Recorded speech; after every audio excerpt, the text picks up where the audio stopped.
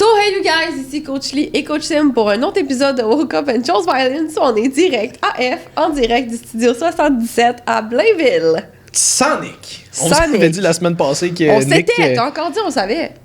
Ben voyons. Je sais pas c'est quoi ton problème. Personne ne sait que je l'ai dit tantôt, t'étais pas obligé de le répéter. Pas grave. Mais on avait dit que Nick serait là pour cette semaine aussi, puis finalement on l'a crissé dehors. Il nous tapait ses nerfs.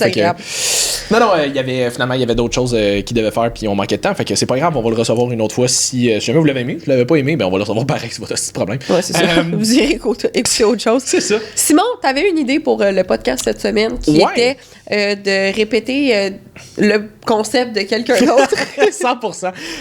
En fait, c'est un concept que j'avais vu au podcast de Modern Wisdom où est-ce que des fois, il recevait des invités puis il prenait, mettons, des tweets que la personne avait fait puis il les shootait comme un par un puis après chaque tweet, des fois, c'est parce qu'il y en avait 2-3 qui englobaient comme la même affaire. Ouais. Puis après ça, ben, il en parle un peu plus, c'est quoi la pensée derrière, d'où ça part, etc. Fait que je me disais que ça pourrait nous donner comme ben de la conversation aujourd'hui. Fait que ni un ni l'autre, on est vraiment sur Twitter, sauf qu'on a Threads qui est très la version similaire. Wish de Twitter. Ouais, c'est ça. Ben, en fait, c'est la version Instagram, Facebook de Twitter.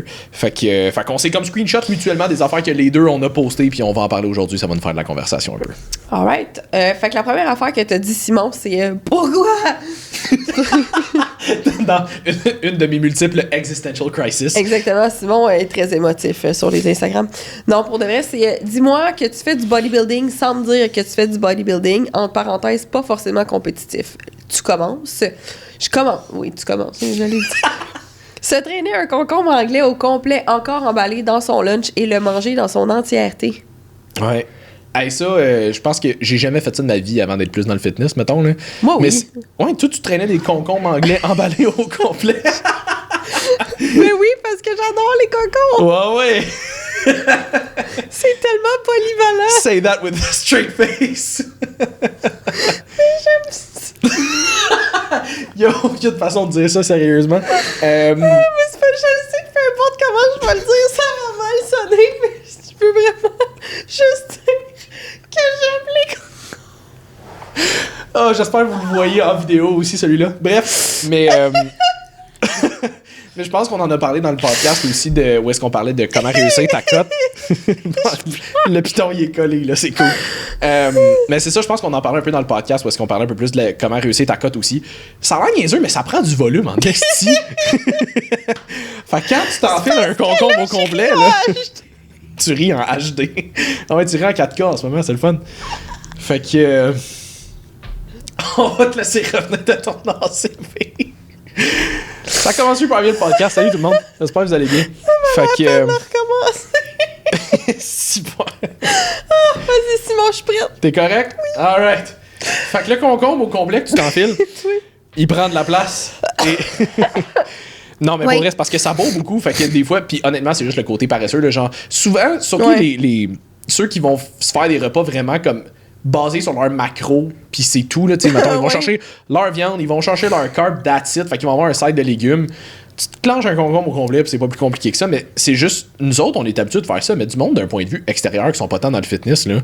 Ouais, ils trouvent ça vraiment bizarre. Ils trouvent ça vraiment bizarre que tu t'enfiles un concombre anglais au complet d'un coup. On perpétue juste le mythe que c'est plate manger santé. Ouais, un peu, mais je veux dire, en même temps, tu sais, moi j'aime ça moi aussi, mais c'est plus le fait que ça bourre en tabarnak manger un concombre au complet aussi, là, comme niveau satiété, ça aide. Mais ça 3 secondes, là. Après ça, t'as faim. Mais c'est ça, mais j'avais fait un genre de petit thread justement où est-ce que je demandais au monde comme shootez-moi qu'est-ce que... Ouais, c'est ça. Il y en a beaucoup qui se sont portés volontaires. C'est ça. Mais... tu sais, comme dites-moi vous autres vos anecdotes. Si jamais vous écoutez ça sur YouTube, whatever, droppez en commentaire qu'est-ce qui fait que on sait que vous faites du bodybuilding sans que vous ayez à le dire. Mais je m'en étais fait lancer une coupe justement. Tu sais, il y en a un, c'était genre mon sac de lunch est aussi gros que mon sac de sport. Juste parce que tu dois tellement traîner de lunch, parce que tout est calculé, tout est prêt au quart de tour. Là. Mais ça, je traîne ma balance partout. Je traîne ma salière partout, whatever. Comme... Shout-out à Tony au Shop Santé qui nous laissait toujours sa salière au Shop Santé. Grâce à toi, mes repas goûtaient quelque chose. Mais moi, quand je travaillais dans un bureau, les gens revenaient pas de à quel point je mangeais beaucoup pour la petite taille que j'ai. T'sais. Mais j'étais comme, ouais, mais food is fuel. Fait comme, si tu veux être en shape, faut que tu avales ta morve. Puis que tu... puis que tu manges. Tu sais, fait que j'avais tout le temps comme des vraiment plus gros lunchs. Puis tu sais, à l'inverse, tu vois, dis-moi que tu fais du bodybuilding sans me dire que tu fais du bodybuilding.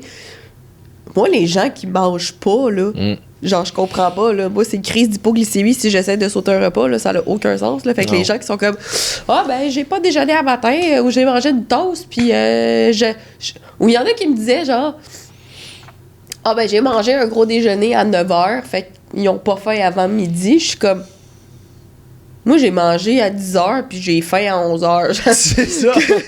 Mais ça, c'est une affaire, puis c'est drôle parce que, tu sais, ma blonde est infirmière auxiliaire, fait qu'elle fait beaucoup de. Elle va souvent voir des personnes âgées, puis c'est drôle parce qu'elle reçoit souvent le commentaire. Elle aussi, elle arrive avec ses lunchs, puis elle arrive quand même avec des bons lunchs. Ouais. Puis c'est un commentaire qu'elle reçoit relativement souvent de comme, voyons, crime, comment qu'une fille qui a ta shape fait pour manger autant? Mais justement, c'est parce qu'elle s'entraîne en tabarnak aussi, là. Alors là, elle s'entraîne surtout pour éventuellement retourner faire des compétitions de CrossFit. Elle en a déjà fait, mais elle veut recommencer à en faire. Fait que ça prend du fuel pour fueler ces workouts-là, là. Fait que on dirait que c'est parce que les gens, ils regardent le repas avec leur perspective d'activité physique actuelle. Ils sont comme, voyons, Chris, moi, si je mangeais ça, je gonflerais tout de suite. Oui, mais tu bouges 2 minutes dans ta journée, puis ça s'est résumé entre le divan et le frigo.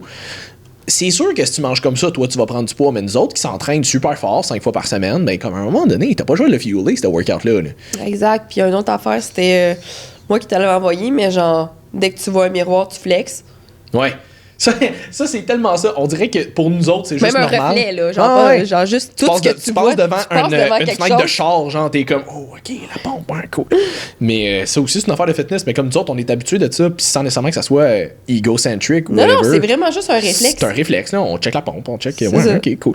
Mais c'est vraiment, faut que tu sois dans l'entraînement pour ça, je pense. Faut comprendre, ouais, exact. Fait qu'il y en a plein comme ça. Si jamais vous pensez à certains trucs, envoyez-les nous. Ben oui.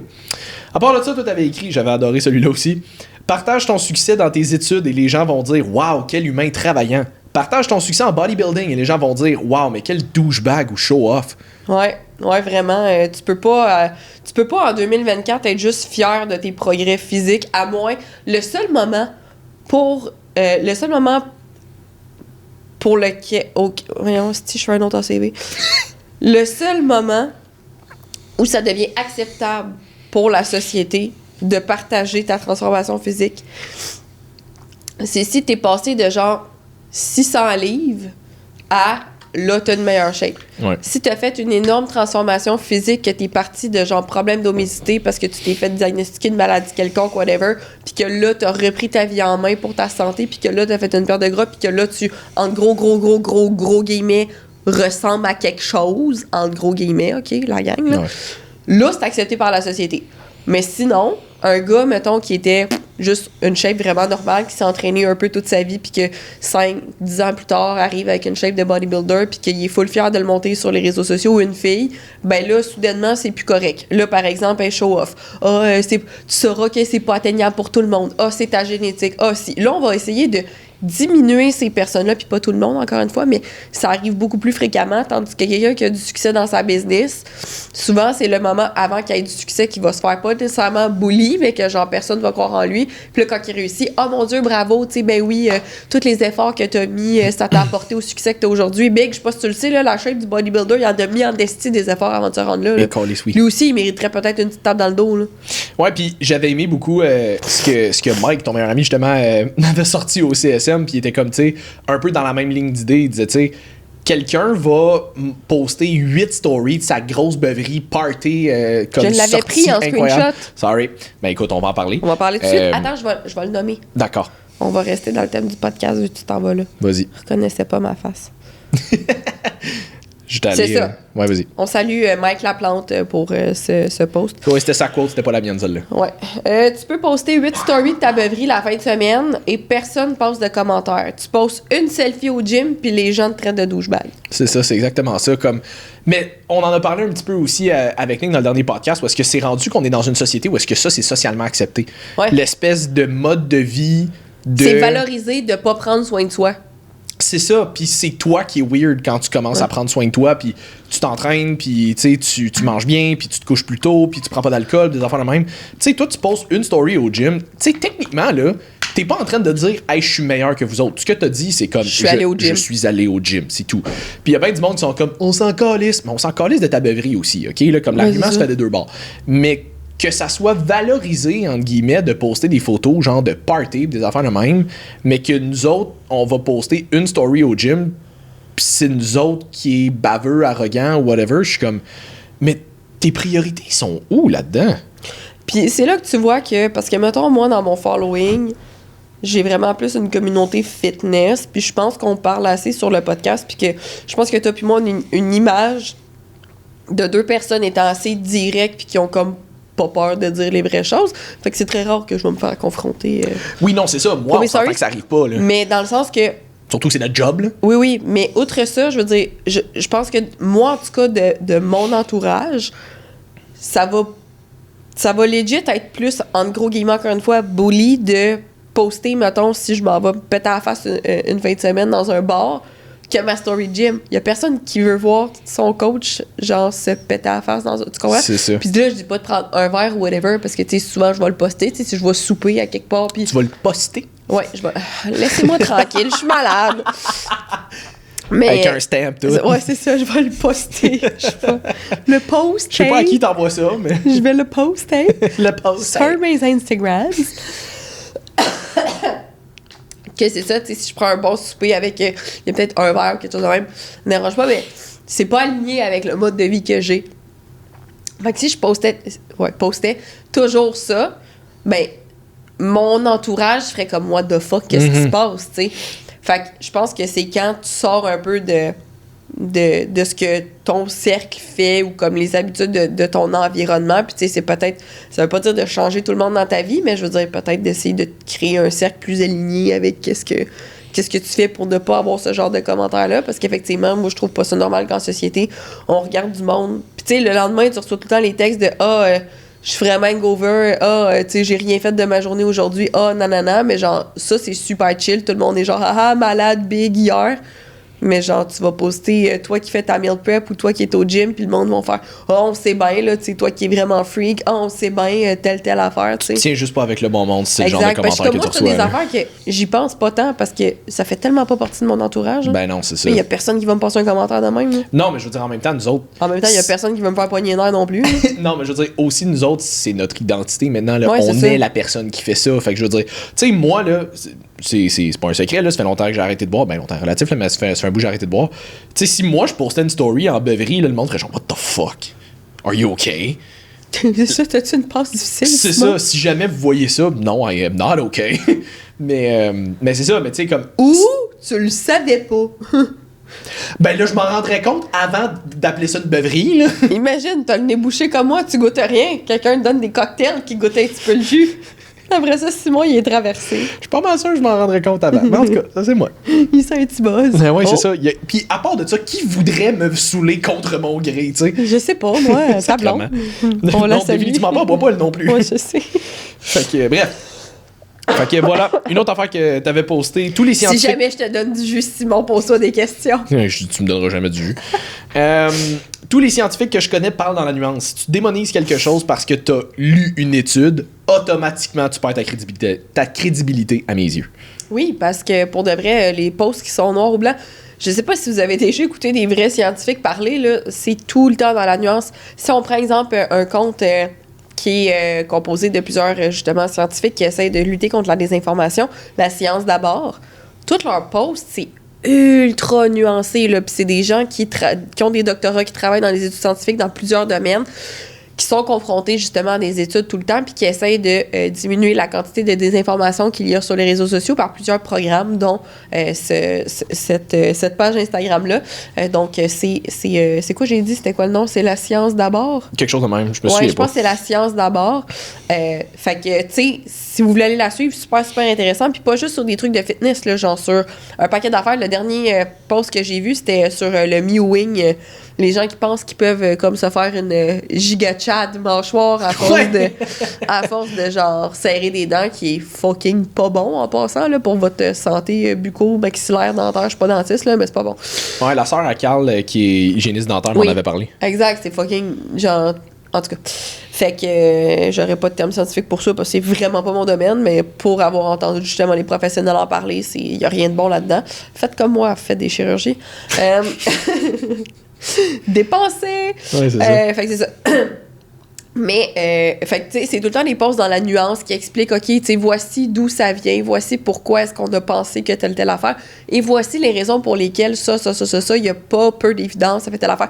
Les scientifiques vont toujours parler dans la nuance. Si je pense aussi à Benoît Arsenault, si vous voulez le suivre, excellent contenu, Benoît Arsenault.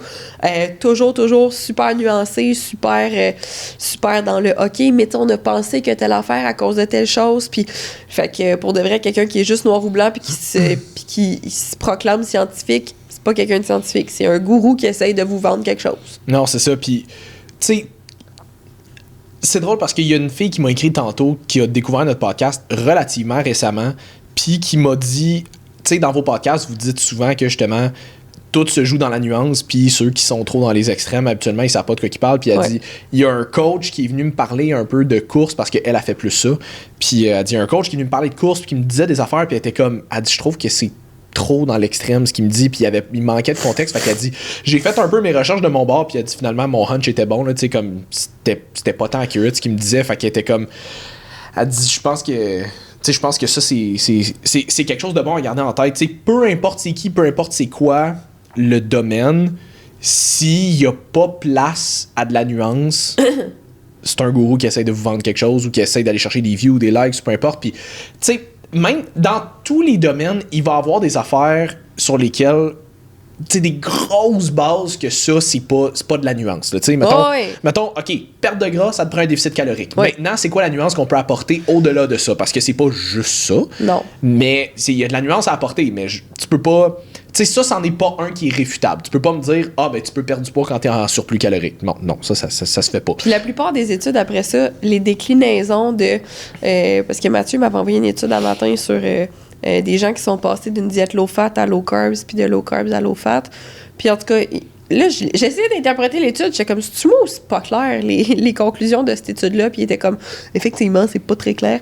Puis je suis comme, parfait, mais en gros, ce que ça dit, c'est... Si t'es en déficit calorique, tu vas perdre du gras. Oui. C'est tout. Puis, il y avait une micro-nuance, là, je me souviens pas c'était de laquelle à laquelle, mais un léger pourcentage plus avantageux sur une que sur l'autre, mais c'était probablement à cause de l'apport en fibres et de la rétention d'eau que, mettons, t'étais habitué d'avoir que t'avais pu avec les fats ou que t'as jamais eu puis que là t'as. Fait que, encore une fois, il y a des gens qui pourraient interpréter ça. Ben, c'est ça, telle diète, on l'a vu, c'est meilleur que telle diète parce que t'as un micro-pourcentage. Non! Il y a tellement de variables qui sont pas mentionnées dans cette étude-là de OK, on sait à peu près c'est quoi l'alimentation de ces gens-là. C'était une étude qui a pas été peer review non plus. Fait que c'était pas une vraie grosse étude. C'était juste comme un genre de study case, là, quelque chose de même. Fait que il y en a qui pourraient prendre cette étude-là puis l'extrapoler puis faire bon, ben on peut déduire de cette étude-là, regardez, vous voyez le graphique, telle diète est plus efficace que l'autre.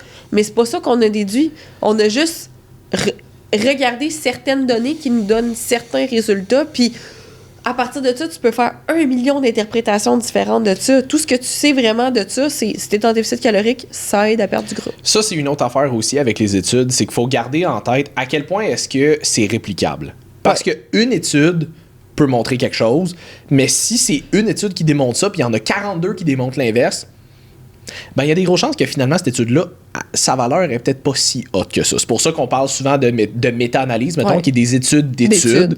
Je pense que t'as même ils appellent ça des umbrella reviews, parce que c'est comme des méta-analyses de méta-analyse, là, genre. Puis on s'entend, ça en prend de la recherche pour ça, là. Fait que tu sais, c'est sûr que dans des domaines peut-être un petit peu plus pas nécessairement nuancés, des domaines peut-être un petit peu plus nichés, mettons, que je vais dire, tu sais, on parle de microbiote intestinal, mettons, là, c'en est un que on n'a pas encore tant de données que ça là-dessus, pas tant de recherches. Fait il y a des gens qui vont prendre une étude sur les édulcorants où est-ce qu'ils ont vu un léger changement sur le microbiote. Là, ils sont genre, c'est mauvais! Pas bon. Mais on sait même pas encore si c'est significatif, on sait pas encore si c'est positif, négatif ou neutre, comme on n'a pas assez de données pour être capable d'en parler. Puis le problème, c'est qu'il y a des gens avec des vrais titres, genre des nutritionnistes, qui vont aller claim haut et fort que c'est pas bon, que c'est négatif, que ça a des choses.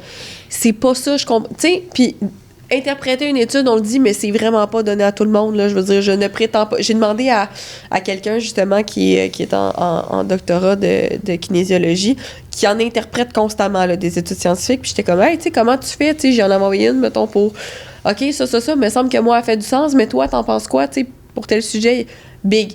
C'était genre 8 messages vocaux de réponse, de comme, ben, selon moi, je pense que peut-être nanana, mais je peux pas déduire ça parce qu'il faudrait que j'aille voir de quel type de journal est-ce que ça provient, est-ce que ça a été révisé par les pairs de tel domaine, parce que j'étais genre, bruh, moi, je pensais que t'allais regarder ça puis t'allais faire oui, c'est bon, non, c'est pas bon, là. Puis genre, même pour me répondre à ça, c'était vraiment long comme réponse pour m'expliquer que ben je peux pas parce que peut-être que dans tel contexte c'est tout le temps ça. Puis tu sais, c'est super logique parce que le corps humain est une machine excessivement complexe. Fait que tu peux pas isoler une donnée du corps humain. C'est très, très difficile parce que ça entre en interaction avec tellement d'autres affaires autour que de dire OK, ben les glucides, c'est pas bon. Quand tu manges des glucides, mettons, le soir, c'est pas bon pour c'est les protéines tantôt. Manger des protéines, ça augmente ta thermorégulation, fait que c'est pas bon d'en manger le soir. C'est pas ça que ça dit. C'est la différence, ça c'est quelque chose que Layne Norton dit tout le temps. De cause à effet puis de corrélation. C'est ça, c'est la différence entre un mécanisme qui est techniquement vrai. Oui. Et le résultat final qui est la combinaison de probablement milliers de mécanismes en même temps. Fait que oui, tu peux toujours trouver un mécanisme qui fait quelque chose. Tu sais, je veux dire, techniquement, là, t'entraîner, là, ça monte ton cortisol. OK, mais c'est très short term. Puis qu'est-ce que ça fait en bout de ligne? Un paquet de bénéfices sur la santé. Fait qu'est-ce que tu vas arrêter de t'entraîner juste parce que short term, ça a un impact sur ton cortisol? Fuck non! Tu sais, le même principe de, techniquement, une banane et une carotte ont un indice glycémique plus élevé. Ben oui. Est-ce que ça veut dire que c'est dangereux d'en manger puis que c'est plus mauvais? Est-ce que tu sais comment qu'il varie ton indice glycémique dans la journée? Puis est-ce qu'on peut parler de à quel point, si t'es pas diabétique, tu t'en calisses probablement de ton indice glycémique? Là? Exactement. Tu sais, puis à quel point c'est pas les bananes puis les carottes qui ont apporté le diabète à qui que ce soit. Là. Hey, t'es pas devenu diabétique parce que t'as mangé trop de bananes ou trop de carottes. Là, je te le dis tout de suite. Là. C'est pas ça le problème. Tu sais, fait que c'est quelque chose que... Est-ce que c'est vrai que leur indice glycémique est plus élevé? Oui. Est-ce que ça change quelque chose dans ta vie à toi? Probablement pas. Non. Fait que c'est ça, c'est d'essayer de faire la différence entre soit juste une étude ou un mécanisme ou whatever. Essayez de regarder le big picture parce que c'est le big picture qui est important. Regardez les résultats, pas juste les mécanismes. Regardez les résultats de plusieurs données et non seulement une parce que c'est celle qui fait votre affaire. Tu sais, ça revient toujours à est-ce que tu vas avoir raison ou est-ce que tu veux aider les gens? Puis est-ce que tu vas avoir raison ou est-ce que tu veux apprendre? C'est ça. OK, Simon. Ah, on est déjà rendu à celle-là. All right, je suis dans. Oh shit, ça a l'air intense. Quelle petite niaiserie que j'ai sortie. Ah, c'est pas une niaiserie, c'est juste très d'actualité. OK. Prétendre promouvoir les saines habitudes de vie et shame les gens juste parce qu'ils mangent pas bio. C'est comme prétendre aider les entrepreneurs à se monter une business accomplie et les shame parce qu'ils se promènent pas en Mercedes. C'est vrai que c'est très d'actualité, hein? Ouais. Fait que shame les gens qui mangent pas bio, Simon. Ça fait pas partie de ton vibe. Ben non. Puis le pire, c'est que je me suis fait envoyer plein de DM. Ça paraît que t'es pas naturopathe, hein? Hey, le pire, c'est que je me suis fait envoyer plein de DM en me disant « Tu parles-tu de telle personne? Tu parles-tu de telle personne? » J'étais comme « Non, mais ça peut s'adresser à cette personne-là aussi. » If the shoe fits, Cinderella. Parce qu'il y a bien du monde qui vont shame ou qui vont démoniser ce qui est pas bio en disant « C'est bourré de pesticides pis ça va t'intoxiquer. » Non. On en a parlé dans le podcast avec Myriam Baudry la dernière fois aussi. Si t'es capable de manger du processed food minimum une fois par semaine, tu t'intoxiques plus que si tu manges des fruits et des légumes qui sont pas bio. De un. Point. Mais de deux, il avait regardé les études où est-ce qu'il comparait... Bon, first, en termes de valeur nutritive, de nutriments et tout, il y avait... C'est la même affaire. C'est probablement pas exactement la même affaire, mais mettons que c'est très, très, très similaire. Puis, en termes de toxines ou de pesticides ou whatever... Les aliments bio en ont aussi, c'est juste que c'est des pesticides qui sont bio. Ouais. Puis tu vas en enlever la majeure partie en les lavant avant de les consommer de toute façon. Puis lave-les comme il faut, puis tu vas être correct. Puis il y avait une autre affaire, c'est que les champs non bio là, sont à côté des champs bio. il peut y avoir de la contamination par les sols et par l'air parce que, guess what?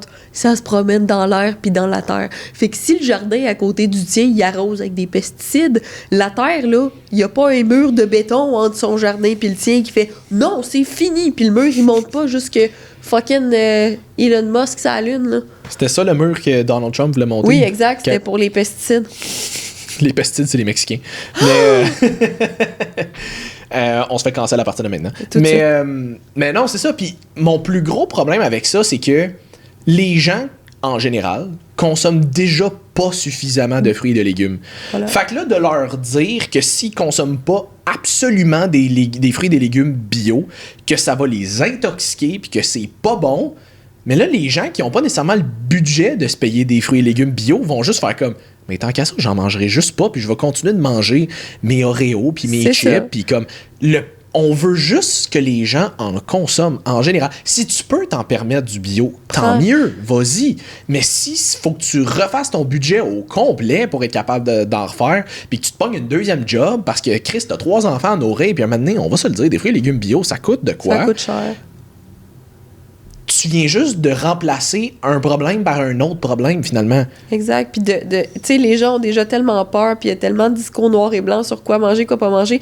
Hey, si tu veux trouver quelqu'un qui dit que t'as pas besoin de boire d'eau, là, t'es capable, là, en creusant sur TikTok, là, des gens qui sont comme « T'as pas besoin de boire de l'eau! » Et j'avais vu un TikTok, justement, de quelqu'un qui faisait un montage de tout ce qui se dit de tu peux pas faire ci, tu peux pas faire ça, tu peux pas faire... Elle essaie de prendre une bouchée de quelque chose, puis là, elle montrait quelqu'un qui dit tu peux pas prendre du gruau parce que blablabla. Là, elle lâchait son gruau, elle mangeait une banane. Tu peux pas prendre de banane parce que si tu veux trouver quoi ne pas manger, là, selon des gourous qui parlent vraiment noir ou blanc, là, t'es capable. Sur les réseaux sociaux. T'es capable. Tu peux trouver n'importe quelle démonisation de n'importe quel aliment sur la planète. Puis si tu veux adhérer à ce discours-là, you fucking do you, boubou. Mais viens pas brailler après que t'as des troubles alimentaires puis que t'es plus capable puis que... You put this on yourself. Comme je veux dire, t'es capable de trouver de l'information viable, des gens qui sont nuancés. Ça fait fucking 2 ans qu'on le répète, puis t'es capable d'aller trouver un discours qui fait beaucoup plus de sens que mange pas ci, mange pas ça. On vous l'a tout le temps dit, mais quelqu'un qui démonise quelque chose, qui est noir ou blanc sur quelque chose, c'est un très gros red flag, c'est non. À part de dire, mange pas des clous, mais techniquement, ça, t'es supposé le savoir. Oui, c'est ça. Quoi, c'est bourré de fer. Mais c'est ça, tu sais, fait que bio, pas bio, tu sais, c'est de créer une peur, je trouve. Puis on dira jamais, c'est pas bon manger bio. C'est pas ça le point. Si t'as plus que 2 cellules, mettons, pour comprendre l'interprétation de quelque chose, là, puis qu'ils se battent pas pour la 3e place, là.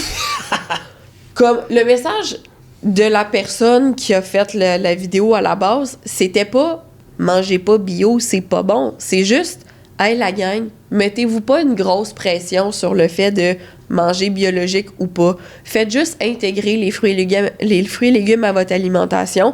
Rincez-les comme du monde, puis vous allez être correct. Parce que c'est pas vrai qu'avec le prix des loyers en 2024, tout le monde est capable d'avoir une maison avec un terrain, une fermette, de faire pousser ses propres fruits et légumes, d'élever ses propres poules, puis de manger ses propres vaches. C'est sûr! Il y a personne qui va nier que dans un monde idéal et utopique, tout le monde devrait faire pousser ses propres affaires dans son jardin, pas de pesticides. Il y a personne qui va contredire ça.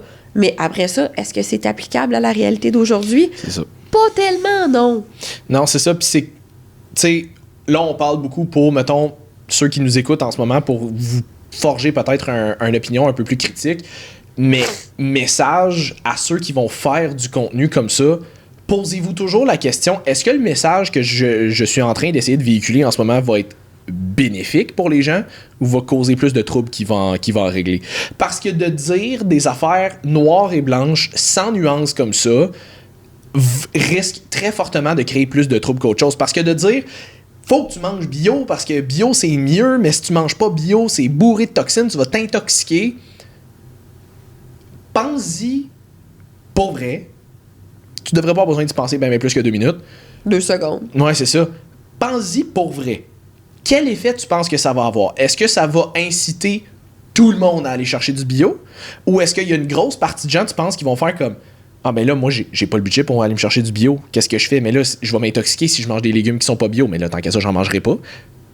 Comme, ça prend pas un doctorat pour être capable de figurer ça, là.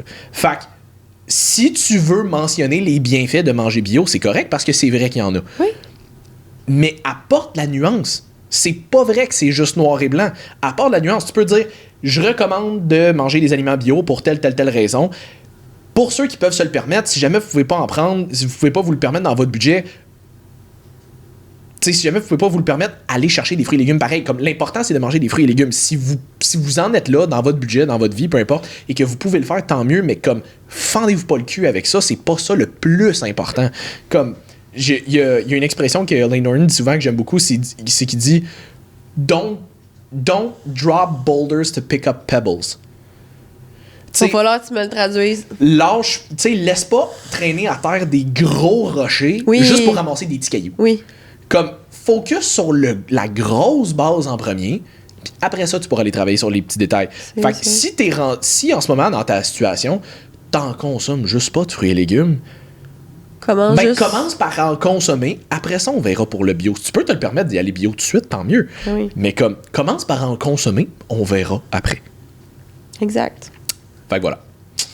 Ensuite de ça, Jess, t'avais écrit Attends, un dernier point là-dessus. Non, j'étais parti. Ce qui est dommage avec ça, là, c'est que la plupart du temps, toutes les personnes confondues qui ont des discours noirs ou blancs, la plupart des gens, je suis sûre qu'ils sont convaincus qu'ils aident les gens en disant ça. Tu sais, la plupart des gens ont pas nécessairement de mauvaises intentions avec ces discours-là.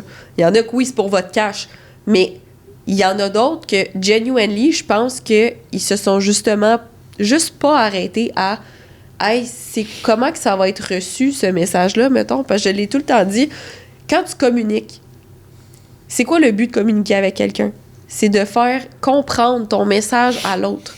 Il y a des façons de communiquer ton message pour qu'il soit compris par une grande majorité de personnes de la façon dont tu veux qu'il soit perçu. Fait que, tu sais, on va garder l'exemple des fruits bio. Tu sais, la personne en particulier qui a été confrontée, quelqu'un d'autre sur Instagram, puis que je m'en suis mêlée, cette personne-là, je suis sûre qu'elle veut pas mal faire dans la vie, là. Au contraire, je suis sûre qu'elle, elle pense qu'elle va vraiment faire du bien aux gens, là, en promouvant des habitudes de vie beaucoup plus saines, beaucoup plus santé, tu sais, de dire « Hey, prenez plus de bons aliments et tout ». Mais il y a personne qui est contre la vertu. Mais mon père m'a toujours dit « L'enfer est pavé de bonnes intentions Oui. ». Fait que, OK, ton intention est bonne, mais je veux dire, il y a plein de gens qui, exemple, peut-être pour...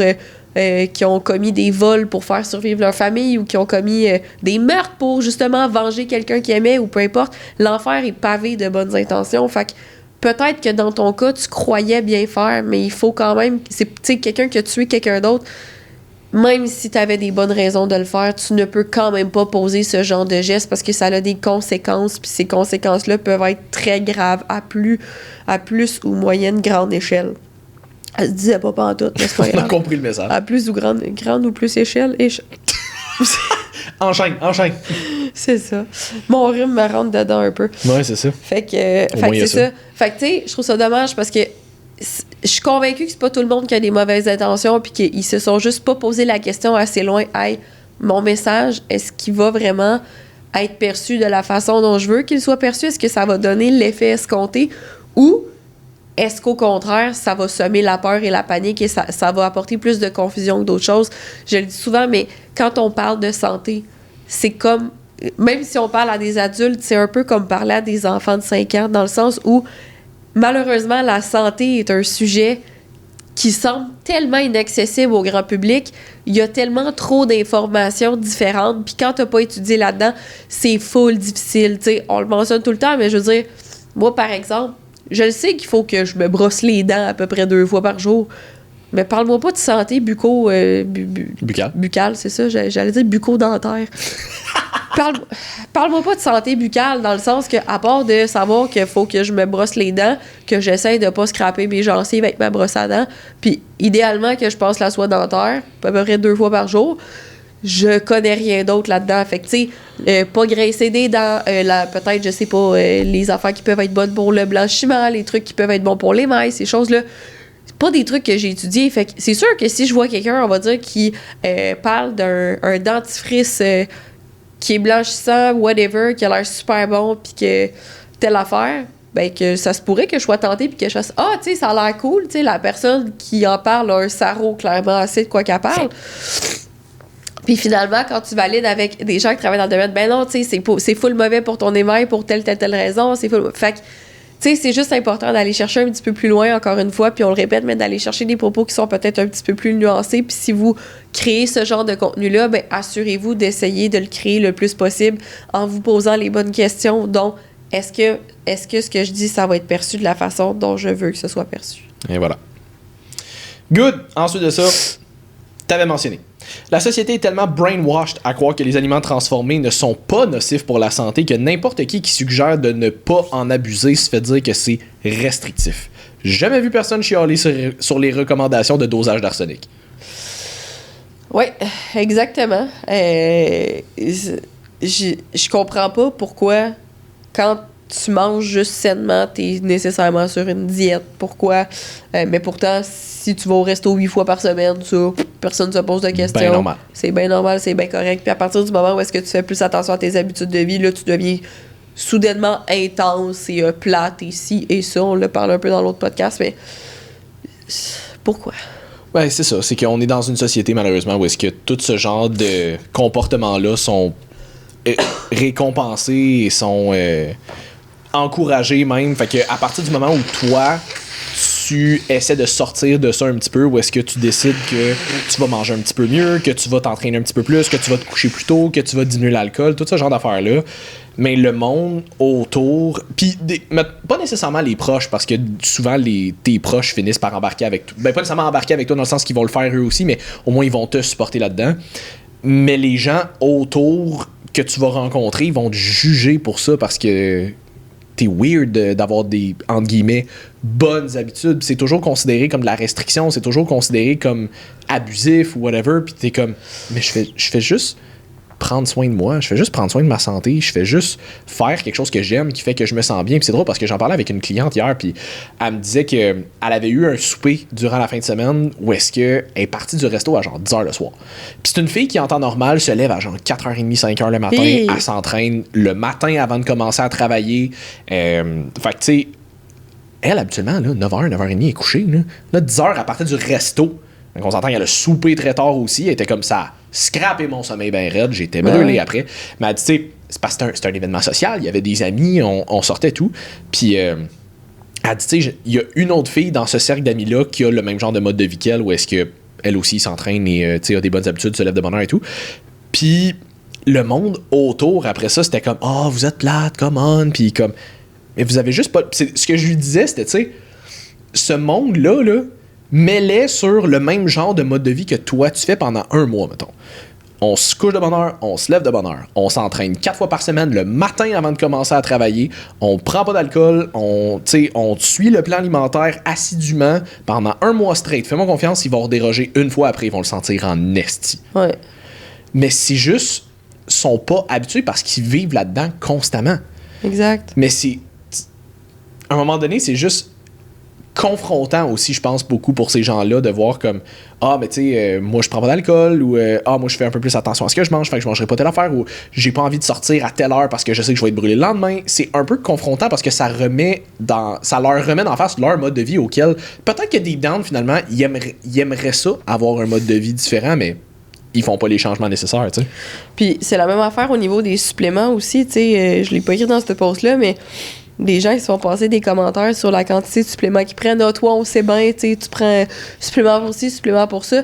On le dit tout le temps, les suppléments, c'est là pour supplémenter, mais je veux dire, il y a des affaires de base qu'effectivement, à moins que ton alimentation soit plus que ça coche, puis même là, tu n'iras pas chercher nécessairement les dosages qui sont actifs, parce que oui, tu peux tout aller chercher dans ton alimentation, mais pas nécessairement tous les dosages actifs. C'est ça qui est important.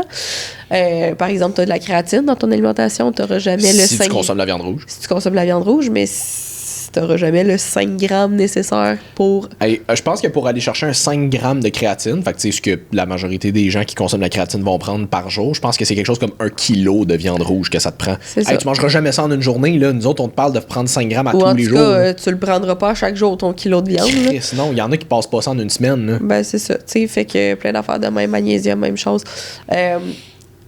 Fait que c'est ça. Fait que, tu sais, il y en a beaucoup qui se font passer des commentaires comme ça, mais tu sais, par exemple, il y a plein de gens qui prennent un paquet de médicaments différents, puis ça, on est comme, oh, mais oui, mais c'est correct, tu prends tes médicaments pour soigner C'est ça. telle affaire big. C'est parce qu'à la base, pas tout le monde, puis pas tous les problèmes de santé, mais peut-être que si t'avais écouté les signaux que ton corps t'avait envoyés, t'en aurais pas de médicaments pour telle affaire.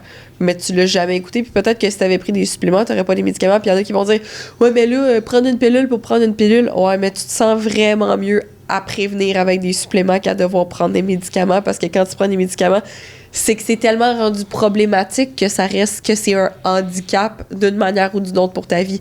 Fait que là, t'es rendu que tu dépends de ton médicament pour être capable de survivre, ou du moins d'être capable d'être fonctionnel ou juste d'être bien, versus le supplément, t'étais pas obligé nécessairement de le prendre, mais il t'aidait quand même à justement t'assurer de ne pas te rendre là, puis tu te sentais vraiment optimal pendant que tu le prenais. De toute façon, là, c'est un peu ça la nuance. Mais c'est qu'on a beaucoup... Nous autres, on est beaucoup dans le préventif plus que le réactif aussi. Là. On veut essayer de limiter le plus possible les complications de santé qu'il pourrait avoir en adoptant un meilleur mode de vie. Puis, tu sais, je veux dire, dans l'éventualité où est-ce qu'il y en a des problèmes, on n'a pas le choix d'être réactif. Les deux sont très... valides. Tu sais, je veux dire, c'est correct de prendre des médicaments quand t'es rendu là. Puis c'est correct d'aller voir des médecins. Puis tu sais, je veux dire, la naturopathie, comme tu dis, c'est de la prévention. C'est avant que t'aies un problème, avant que t'aies que ton système métabolique déroge au point de s'adapter de façon très négative et que tu te rendes jusqu'à peut-être une maladie. Là, on peut essayer d'intervenir, mais je veux dire, après ça, c'est sûr que tu t'en vas en médecine. Là, les gens ont tendance à vouloir mettre ces deux choses-là dos à dos, puis de vouloir se bâcher un puis l'autre, mais c'est que les deux devraient travailler conjointement. J'avais parlé avec un médecin récemment, puis on aimerait ça en recevoir un aussi au podcast, mais qu'on avait exactement la même mentalité là-dessus, tu sais, qui me disait, les gens confondent notre travail. Ils disent, malheureusement, notre travail en tant que médecin, c'est de réagir à des problèmes de santé. Ils disent, on n'est pas là pour faire de la prévention. Ils disent, un médecin, c'est pas ça notre rôle à nous. Vous, en tant que naturopathe, votre rôle, c'est de faire de la prévention. Et dit nous autres, là, il dit, j'ai pas le temps de faire de la prévention dans mon bureau, là. Ah oui. Je n'ai pas le temps, puis c'est pas ma job. Sa job, c'est de te prescrire des médicaments ou de te prescrire les tests puis les protocoles nécessaires en réaction à où est-ce que tu es rendu en ce moment. Malheureusement, c'est ça la médecine. Ils sont... Tu sais, oui, ils vont en faire un peu de prévention et tout. Il y a pas un médecin qui va pas dire de base, essaye de faire un peu plus d'activité, dors un peu mieux. Puis, mais je veux dire, encore une fois, on l'a déjà vu très souvent que les gens, ils veulent pas améliorer leurs habitudes de vie. Ils veulent pas les changer. Fait qu'à partir de là, le médecin, il est pas là pour te prendre par la main, enlever les chips dans ta gueule, puis te taper avec une poêle pour que tu ailles te coucher à 9h au lieu de 1h30 du matin, tu comprends? Fait qu'à un moment donné, c'est d'arrêter de penser que les deux domaines sont un contre l'autre. Au contraire, les deux veulent travailler ensemble pour la plupart, puis devraient travailler ensemble aussi. Tu sais, j'ai des clientes que malheureusement, il y en a des problématiques de santé, là. Je suis pas équipée pour gérer ça. Mais non. Là. Je peux pas gérer ça. Je peux aider à travailler les habitudes autour. Puis c'est bien de pouvoir travailler avec leur médecin, avec leur pharmacien pour être capable que tout le monde ensemble, on optimise toutes les sphères de la vie de la personne. C'est pas de se dire, ben fuck you, on va t'enlever tous tes médicaments parce que c'est pas correct.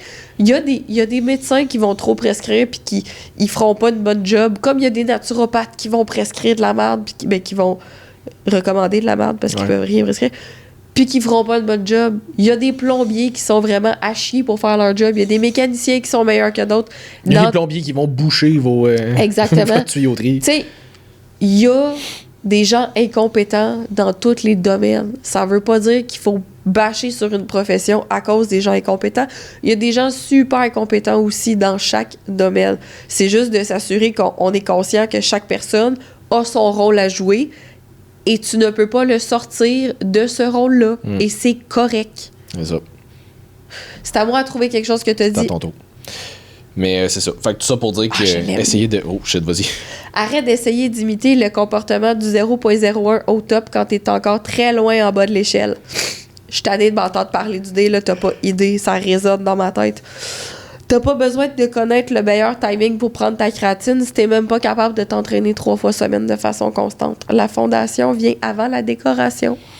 C'est parce que j'ai l'impression que un argument qui revient souvent quand on va parler de programmation d'entraînement, de nutrition, de supplémentation, whatever, c'est que les gens vont regarder, mettons, ils vont pointer du monde comme C-Bum, comme Ronnie Coleman, comme Jay Cutler, comme Arnold, comme peu importe, le vraiment 0,01%. Ouais. Puis ils vont faire comme, ouais, mais eux, ils faisaient pas ça. Ouais, mais eux, c'est le 0,01%. T'es même pas capable de t'entraîner 3 fois par semaine en ce moment. T'as pas besoin de savoir c'était quoi le protocole de supplément d'Arnold.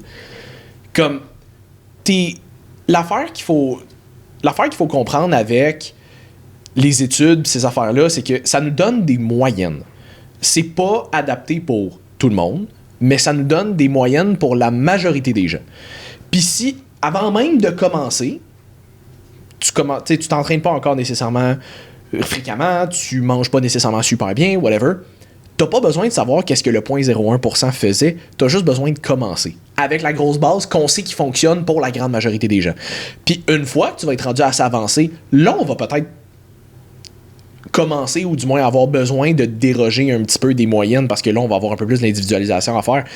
Mais faut que tu commences à la base. Tu peux pas commencer à choisir tes décorations sur tes étagères de maison avant même d'avoir fait la fondation de ta maison et qu'elle n'est même pas bâtie.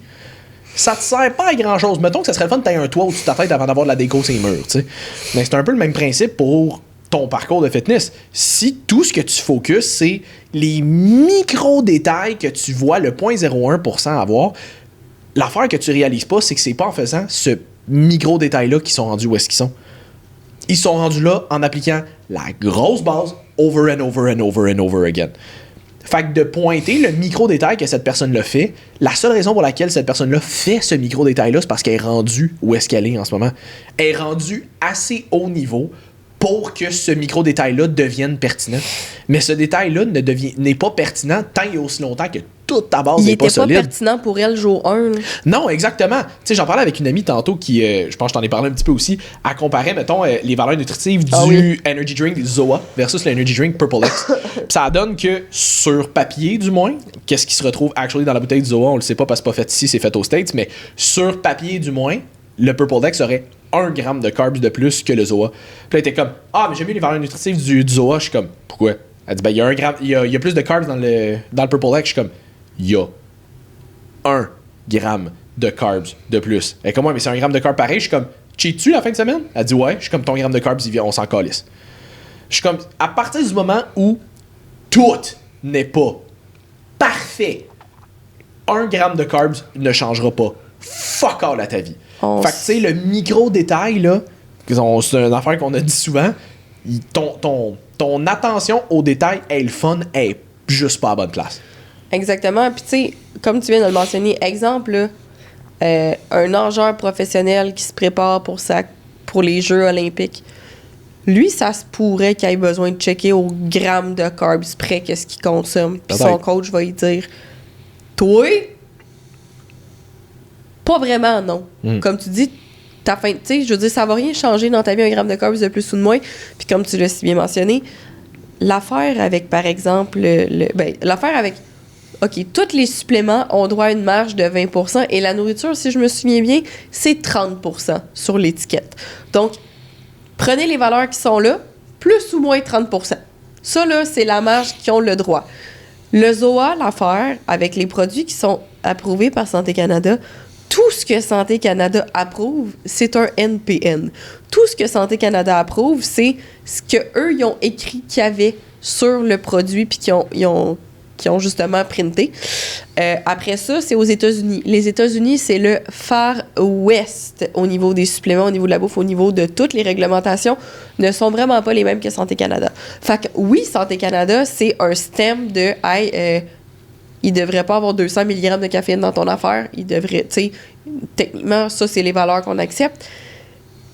C'est qui va aller vérifier dans leur usine aux États-Unis si c'est vraiment ça qui a été mis dans la canette à chacun des lots? Puis là, je te dis pas qu'ils testent pas nécessairement de façon random certains ingrédients dans la canette. Par exemple, ça se pourrait, puis je connais pas le fonctionnement de Santé Canada, la gang, fait comme si vous le connaissez, vous me corrigerez.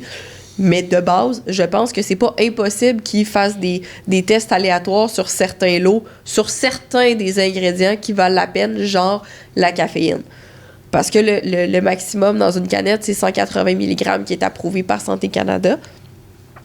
Par contre, ça se pourrait que Santé Canada ne fasse même pas ça, Et je te confirme que Santé Canada s'en contre-torche de la quantité de grammes de carbs qu'il y a dans la canette, là. Non, c'est ça. Fait que ça sera jamais testé. Fait qu'est-ce que le Zoa a, de 1, réellement 0 g de carbs? On le sait pas. Ouais, il est écrit 2 sur la canette, mettons. Bon, il est écrit 2, mettons, là. Tu sais, fait que ça se pourrait que ce soit peut-être plus 3, peut-être plus, tu sais, on le sait pas. Peut-être plus que ça aussi. Peut-être moins, on le sait pas. Versus Purple X, ce qui est vraiment cool avec ça, c'est que c'est produit au Québec. C'est beaucoup plus réglementé au Québec.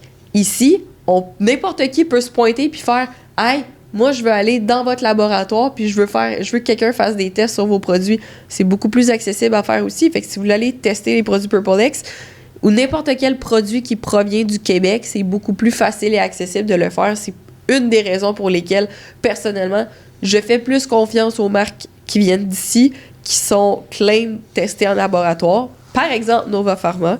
NIH, on le connaît parce que c'est Mathieu. Oui, c'est ça. Ou, on en a parlé avec Martin, mettons, pour les produits en vrac, Shop Santé ou des affaires de même. Comme ça, là. Tu sais, fait que c'est des produits auxquels on fait super confiance. Mais ailleurs, surtout aux États-Unis, tu sais, je pense, par exemple, à Almax. Almax, ça fait très longtemps que ça existe. Ça fait très longtemps que c'est sur les tablettes. C'est très, très bon. Mais même eux, il y a personne qui va dans leur usine. Fait que je pense que leur protéine, mettons, me semble qu'il y a leur trademark dessus, mais je suis plus certaine. Fait que, tu sais, il y a certaines... C'est juste pour dire que c'est pas tout ce qui vient des États qui est de la merde, puis tout ce qui vient du Québec qui est bon, là. C'est pas ça le point pantoute, là. Hein? On se rappelle la nuance? C'est juste de dire que il faut pas commencer à tout prendre pour du cash. C'est pas parce que t'as 1 gramme de moins écrit sur telle affaire que ça veut dire que t'as nécessairement 1 gramme de moins. Peut-être que la compagnie à côté, elle a mis ses vraies valeurs nutritives, qu'elle a pas utilisé sa marge de 30%, puis l'autre, elle a utilisé sa marge de 30%. Des fois, ça peut vraiment juste être ça, la raison pour laquelle celui-là, il y en a un peu plus que dans celui-là. Puis pour de vrai, si t'es rendu à regarder ton 1 gramme de carbs sur ta canette, j'espère que le reste de ta vie au complet est aussi tight que le nageur olympique de tantôt. Parce que sinon, ça ne te concerne pas. C'est ça. Ensuite de ça, ta prochaine quote, t'as commencé avec une quote de Man Lemire qui disait « Déjà, quand on commence une phrase avec « il faut », on s'en va pas dans la bonne direction. » Effectivement, il faut rien. Être toi-même attire à toi l'entourage qui te permet d'être facilement qui tu es, sans filtre ni gants blancs. Porter un masque perpétuel pour plaire à les gens qui ne sont pas alignés avec toi est épuisant. J'ai-tu écrit pour plaire à les gens? Pour plaire à des gens, excuse-moi. Pour plaire à des gens qui ne sont pas alignés avec toi est épuisant. Mets ton énergie là où elle te bénéficie à toi. Moi, c'est quelque chose, Simon, là, que j'ai bien de la misère. Le professionnalisme, puis... C'est vrai que t'es pas tant professionnel dans la vie. Qu'est-ce que je suis pas professionnel? Shout-out à mes clientes qui m'endurent. Non, ben, ils t'ont choisi, là. Ben, ils m'ont choisi. Ils savaient dans quoi ils s'embarquaient. Ouais. C'est pas de problème rendu là, guys. Exact. Non, mais pour vrai, je suis professionnelle avec mes clientes jusqu'à un certain point, là, dans le sens que je suis pas habillée en veston, cravate. Ben, t'es coach, ça serait weird que tu sois habillé en veston, cravate. Ouais. Tu vois, c'est comme ma définition de professionnel, c'est d'être habillé en job de bureau. Professionnel, c'est très relatif. Fait que bref, c'est tellement pas pertinent. Mais oui, c'est ça. Mais c'est quelque chose que j'ai tellement de la difficulté en société parce que tout le monde porte un masque en public, mais tout le monde haït le fait de devoir porter un masque. Mais si tout le monde s'entend pour dire qu'on porte tout un masque, pourquoi on l'enlève pas juste tout? Tu sais, tout le monde est comme je peux pas dire ça parce que c'est inapproprié. Est-ce que tu as une idée de la quantité de choses inappropriées que je trouve vraiment drôles, Simon, et que j'aimerais que les gens disent plus souvent en public? Si, bon. J'avais vu un autre, en fait, probablement toujours le même, là, mais dans un des podcasts où Hormozy il disait quelque chose de même. Il était comme, essaye juste d'être 100% honnête dans peu importe qu'est-ce qu'il y a. Pendant ne serait-ce qu'une courte période, là, puis vois comment tu te sens. Parce que ce qui arrive, c'est que toi, tu risques de te sentir un peu mieux par rapport à toi parce que tu vas être qui tu es vraiment. Puis la réaction des autres rendue là ne t'appartient pas. Fait que tu sais, c'est aussi niaiseux que, mettons, quelqu'un te demande d'aller à un party à un moment donné. Puis ça te tente pas. Au lieu de trouver une excuse que vous allez tous les deux savoir qui est pas vrai, dis juste « ça me tente pas ». C'est tout. Rendu là, sa réaction lui appartient. Puis, tu sais, les relations humaines, je veux dire, dans la vie, il y a des moments où est-ce que ça vaut la peine de te forcer le cul, là. Genre, c'est les funérailles à quelqu'un de ta famille. Oui, on s'entend. Il y a des occasions, mettons, mais il y a d'autres occasions où, comme tu dis, genre un party, qu'il y a personne ça qui... me tente pas. Ça te tente pas, c'est tout. Puis les gens devraient comprendre, tu sais, moi, par exemple, je vais le répéter parce que ça fait longtemps que je l'ai pas dit, je fais énormément d'anxiété. Mais je fais énormément d'anxiété sociale. Et pourtant, je travaille dans tous les domaines les plus sociaux ever. Fait que vous comprendrez que mon système nerveux, il est constamment brûlé. C'est ça. Parce que c'est ultra inconfortable, mais en même temps, j'ai une relation amour-haine avec les interactions, tu sais, dans le sens où j'adore échanger avec des gens. Je trouve que, tu sais, tu peux tellement avoir des interactions qui te font grandir, qui te font apprendre, des êtres humains que c'est comme un velours sur ton cœur. C'était cheesy, mais c'est ça pareil. C'est le feeling de... Je t'avais versé une petite larme, continue. D'apaisement, des belles connexions, tu sais. Je veux dire, t'auras jamais des émotions aussi belles que celles que tu vis avec d'autres êtres humains avec qui tu connectes. Est-ce que je t'émotive? C'est pas vrai, c'est juste mon rêve. Mais, fait que ce côté-là des relations humaines, je l'aime tellement, puis c'est ce qui me nourrit à tous les jours. Tu sais, j'adore ça quand mes clients, tous les gens sur Instagram... Moi, c'est mon poulet. Ouais, aussi. Mes œufs. C'est ça, c'est pour ça que je suis un peu lean, c'est juste je mange pas. Je me nourris des connexions Je me nourris avec des les autres. connexions. Je fais des rituels sataniques, fait que je prends toute votre énergie. Moi, je fais un régime de connexion. Ouais, c'est ça. Mon gars de Wi-Fi est assez content. Mais c'est ça, fait que... Je paye pour les limiter, c'est comme un buffet. Exact, un buffet à volonté. Fait que c'est ça, fait que ce côté-là, je l'aime énormément, mais il y a l'autre côté aussi qui est très self-conscious. Qu'est-ce que les gens vont dire? Est-ce que c'est accepté par la société? Moi, c'est beaucoup... Ça, j'ai fait un peu plus un deuil de ça, parce que, je veux dire, t'as pas de contrôle sur ce que les gens pensent de toi. À un moment donné, il faut que t'en reviennes. Mais c'est plus... Je connais mon type d'humour. Je connais comme la façon dont je parle. Tu sais, depuis que je suis jeune, mes parents, ils me répètent constamment « Chris, que t'es bête ». Des fois, je réponds « fucking bête », mais je m'en rends tellement pas compte. Là, puis je suis full sarcastique naturellement. Ouais. Fait que des fois, je vais juste répondre de quoi de... Tu sais, mon père, c'est comme mon père qui me demande des fois ah, t'as-tu rangé telle affaire dans le frigo? Je suis comme « Ben non, papa, je l'ai crissé dans le four. » Tu sais? Puis... Mais c'est la première réponse qui me vient en tête. C'est le default setting. Puis ça sort spontanément. J'ai pas réfléchi. C'était pas supposé être un gag. C'était juste ma première réaction. Puis je suis tout le temps de même. Fait que, puis à force de me le faire répéter, tu sais, des fois, il y en a, ben voyons, non. C'est là que je fais, oh, c'était bête.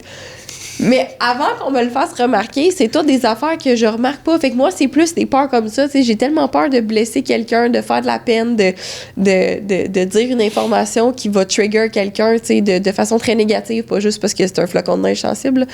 Fait que c'est plein de choses comme ça. Fait que les relations humaines, je trouve ça d'un côté tellement très beau, puis d'un autre, ça peut tellement être un couteau à double tranchant parce qu'une personne...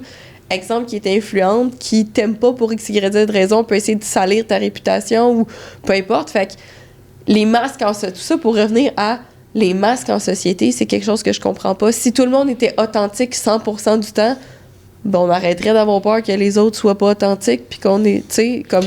Mais c'est que j'ai plus l'impression que, tu sais, en société, c'est qu'on veut plaire aux autres ou on veut... Sans nécessairement oui, plaire, mais si on veut t'es toi-même, tu vas juste plaire. Tu sais, plaire à tout le monde, c'est plaire à n'importe qui.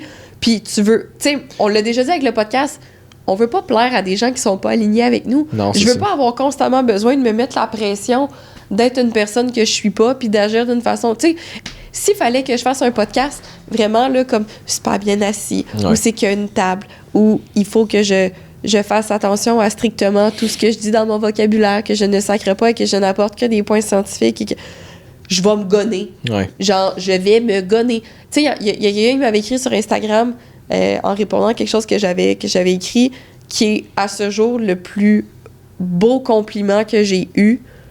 Puis elle m'a juste écrit « Si l'authenticité était une personne ». Puis j'étais comme « Wow! » Comme, je le sais que je suis vraiment authentique comme personne, mais de voir que ça transparaît, ça m'a tellement touchée. Ça, puis me dire que je suis fucking drôle, là, ça, pour vrai, c'est genre les deux plus belles affaires que vous pouvez me dire ever.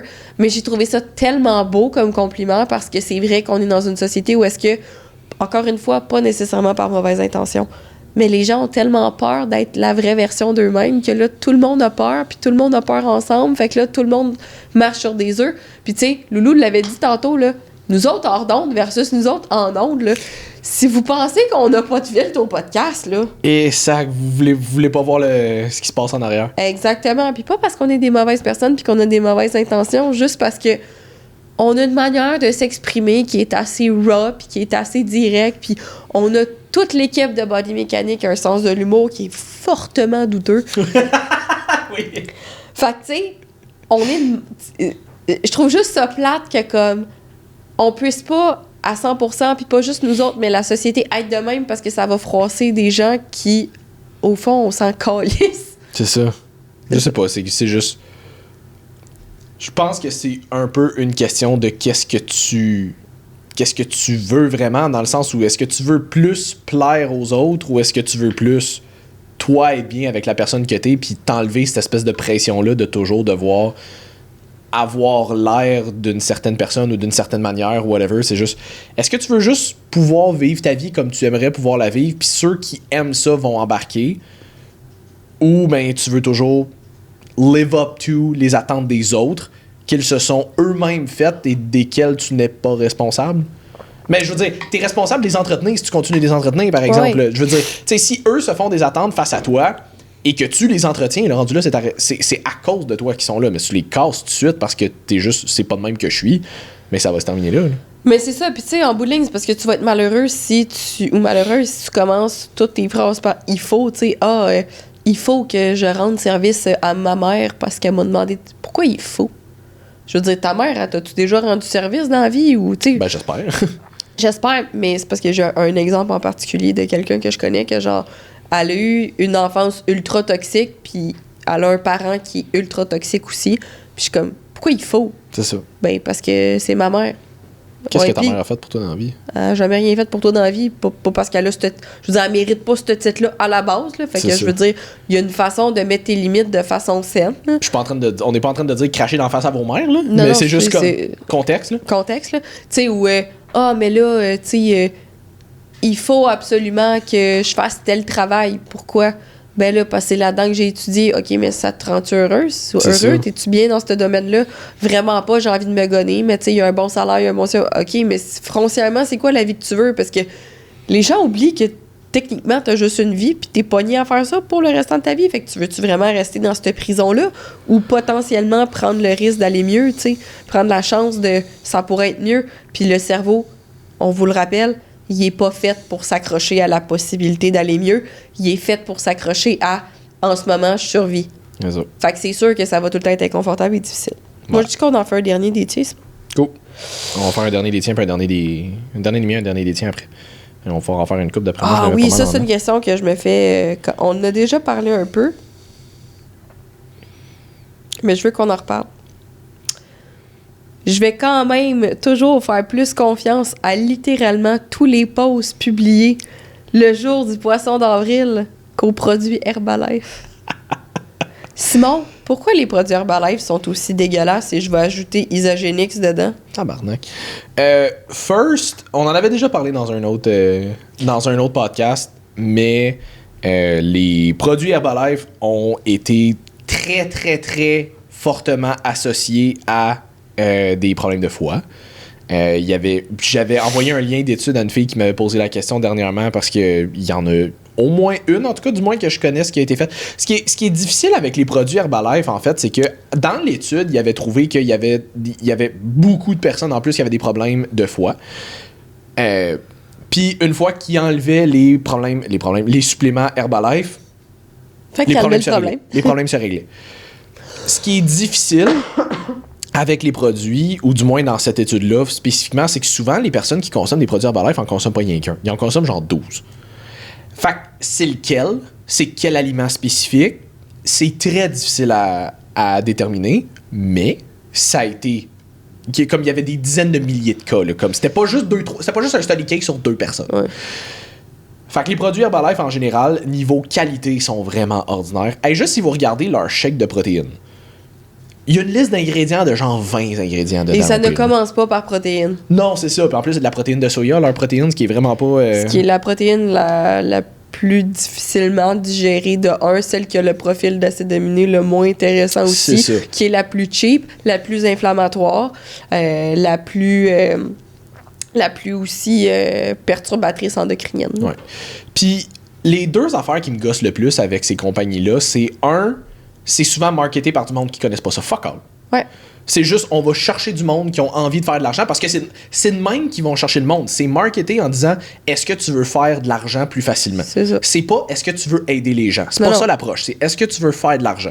Fait qu'ils vont chercher du monde pour faire de la vente. Ils vont pas chercher du monde pour donner des conseils de santé. C'est ça. Fait que c'est souvent... Les gens qui sont là-dedans, ils veulent pas votre santé, là. Ils veulent juste que vous achetiez leurs produits pour faire un income de plus à la fin du mois. Là. Puis après ça, ils trouvent ça le fun parce qu'ils ont des photos à publier pour aller chercher plus de clientèle. Fait que ce qu'on est en train de dire, c'est que si jamais vous consommez ces produits-là, exemple, vous avez un objectif de perte de poids, que vous n'allez pas perdre du poids, non, techniquement, tu vas en perdre. Mais c'est sûr que si tu prends 3 shakes par jour, maintenant, il n'y a pas de grands aliments, il n'y a pas de grands calories qui rentrent. C'est ça. Mais c'est que c'est marketé par du monde qui connaissent pas ça. Fait que si jamais vous avez des conditions spécifiques, vous avez des problématiques quelconques, ils sont pas qualifiés pour vous aider là-dedans. Pour la plupart. C'est sûr qu'il y en a. Ceux-là, je questionnerais qu'est-ce qu'ils font avec Herbalife. Mais il y en a certains. J'en ai une dans la tête en particulier que la fille, d'eux, ils sont super cool, c'est des super bonnes personnes, ils sont dans le domaine de l'entraînement et tout, ils promouvoient les super bonnes habitudes de vie, leur contenu en général, il est bubbly et tout. En passant, ça veut pas dire que tous les vendeuses et les vendeurs Herbalife, c'est des êtres humains de merde. Non, je suis pas en train de dire que les personnes qui sont là-dedans, c'est des déchets.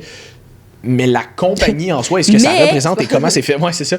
Mais comment c'est fait, puis comment c'est marketé. Puis mon deuxième point qui me gosse vraiment beaucoup, c'est que j'ai l'impression que c'est très fort sur le marketing ciblé aux gens, entre guillemets, en détresse. Ouais. Tu sais, on va sortir des produits miraculeux, genre perturbateurs de graisse, c'est comme la nouvelle affaire qui vient de sortir. Je sais pas si vous le savez, là, il n'y a pas grand moyen de perturber votre masse adipeuse. Sacrément, votre corps peut être perturbé facilement, par exemple. Ouais. Fait que comme, tu sais, c'est que ça veut te sortir des produits qui vont te faire croire que si tu consommes ça, comme tu vas tout perdre d'un coup sans faire de changement à ta vie. C'est pas comme ça que ça fonctionne. Tu sais, on en a déjà parlé, je crois, avec Matt Bouchard dans le premier podcast qu'on a fait avec lui jadis. Mais tu sais, si vous prenez, mettons, quelque chose qui est censé être un bloqueur d'amylase, mettons, fait que vous absorberez pas les carbs ou vous absorberez pas les gras, peu importe quel genre de produit vous consommez, mais ces nutriments-là, faut qu'ils aillent à quelque part. Si vous les avez rentrés dans votre système, faut qu'ils aillent à quelque part. Vous allez pas juste les désintégrer dans votre corps, puis soudainement, il y en a plus. Si vous bloquez un pathway, votre corps va trouver un autre moyen. Là. Comme faut que ça ressorte à quelque part d'autre. Ça va rebound à quelque part. Là. Si tu fuck la chaîne d'adaptation de ton corps, il va se démarder pour faire sa job pareil. Puis si tu y enlèves des nutriments, tu vas avoir une répercussion après aussi. Puis tout est là pour une bonne raison dans ton corps. Fait que juste d'essayer de bloquer un pathway, à moins que ce soit pour des raisons genre t'as du diabète, t'as du cholestérol, t'as besoin de médicaments. Ça peut être des bonnes raisons, mais sinon, tu sais, même il y avait docteur, je pense que c'est Arnoldski. Nadolski. Ouais, c'est ça. Arnoldski.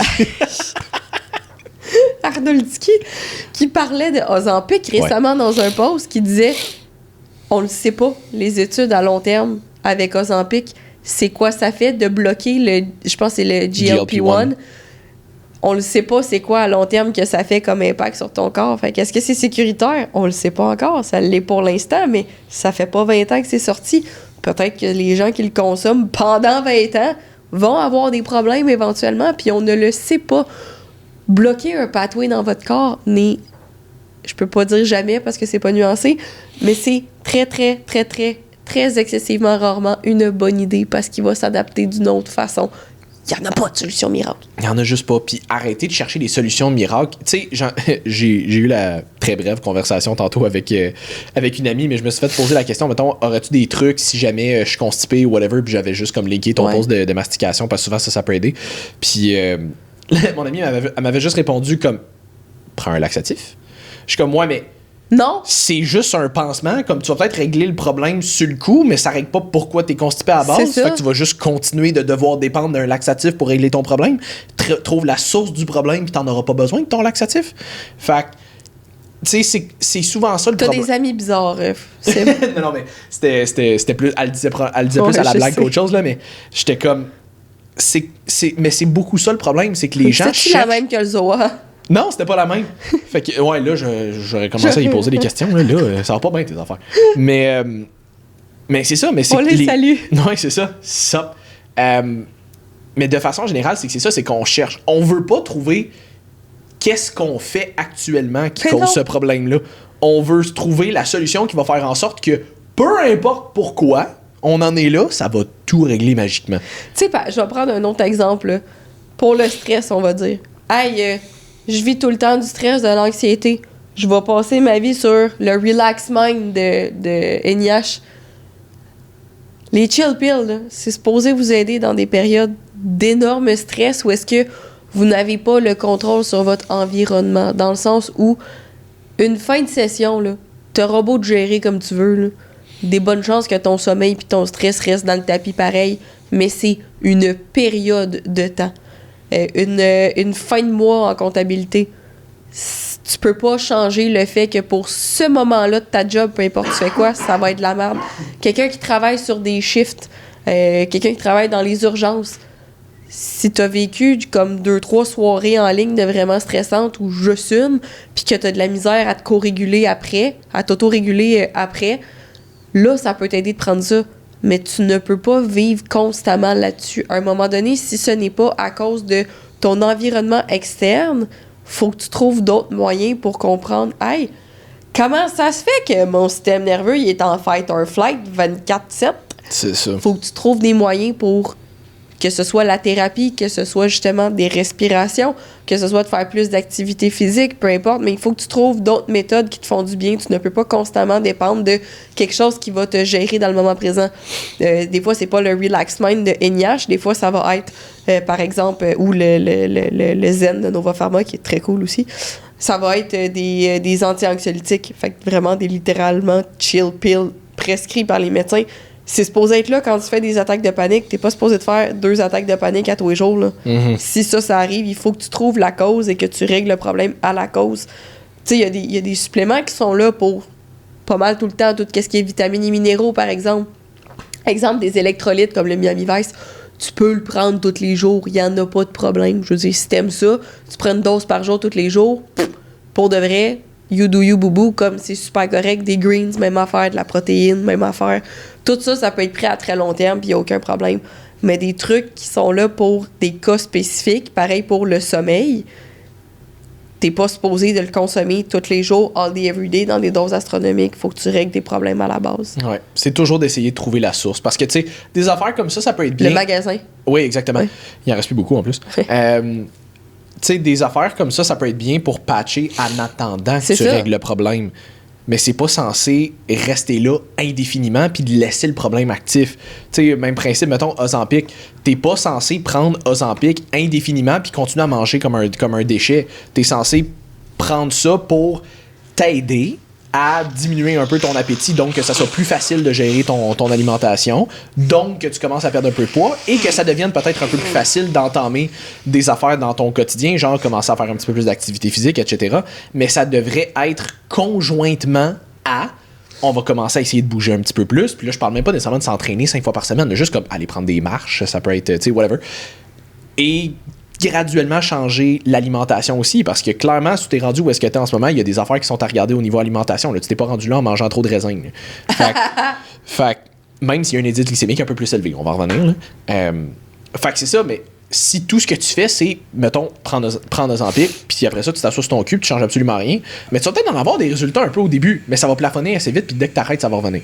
Fait que faut toujours qu'on aille essayer de trouver à la source, pas le magasin, c'est quoi qui fait en sorte qu'il y a un problème, et après ça, ça va être pas mal plus facile de l'adapter. Fait que c'est ça. Dernier petit point? Ah ouais? C'était pas lui le dernier? Mais non, t'avais dit que, je t'ai dit, tu sais... Ça, peut-être c'est le dernier finalement, c'était un ACB mon affaire. Mais tu m'en faisais un dernier, je t'en fais un dernier. OK. Fait que un influenceur, c'est pas un médecin ni un pharmacien. La notoriété de quelqu'un a autant rapport avec ses compétences que sa shape. Laisser ta santé dans les mains de Kevin et Maud sur TikTok parce qu'ils sont famous est aussi une bonne idée que de retourner vers ton ex. Dépose le téléphone. Faut que tu répètes, j'ai rien écouté parce qu'on entendait la scie, puis je demandais à Loulou si on l'entendait dans le podcast, puis il dit c'est sûr qu'on l'entend. Bon, un petit peu qu'on arrête ça là, finalement. Pour ça, je disais, je pense qu'on est mieux de. Bon, on peut l'arrêter là, c'est pas grave. Tu feras Peux-tu faire une mini coupure au montage. Ouais, ok. Vite, on prend des gigs! Fait que c'était le dernier point. Fait que c'était le dernier point pour aujourd'hui. On aurait pu en parler probablement encore longtemps parce qu'on a bien des threads, mais on va l'arrêter là pour aujourd'hui. Pour au pire, on s'en fera un autre si jamais vous avez aimé ça. C'est ça. Si vous avez aimé ça. C'est ça. Si on n'a pas de sujet non plus. Fait que. Jess, Miami Vice? Miami Vice, yes sir. Ça va être ça le mot de la fin. C'est 2, mais c'est mon podcast, je fais ce que je veux. Fait que Miami Vice, vous l'écrirez en un mot. Hashtag Miami Vice pour les nouveaux électrolytes de Nova Pharma. Yes. C'est une édition limitée, fait que garochez-vous. Garochez-vous.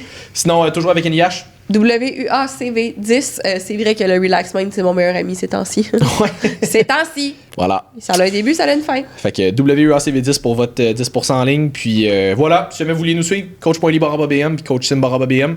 Puis on se revoit pour un autre épisode de Woke Up at Chose Violence la semaine prochaine. Bye tout le monde. Salut tout le monde.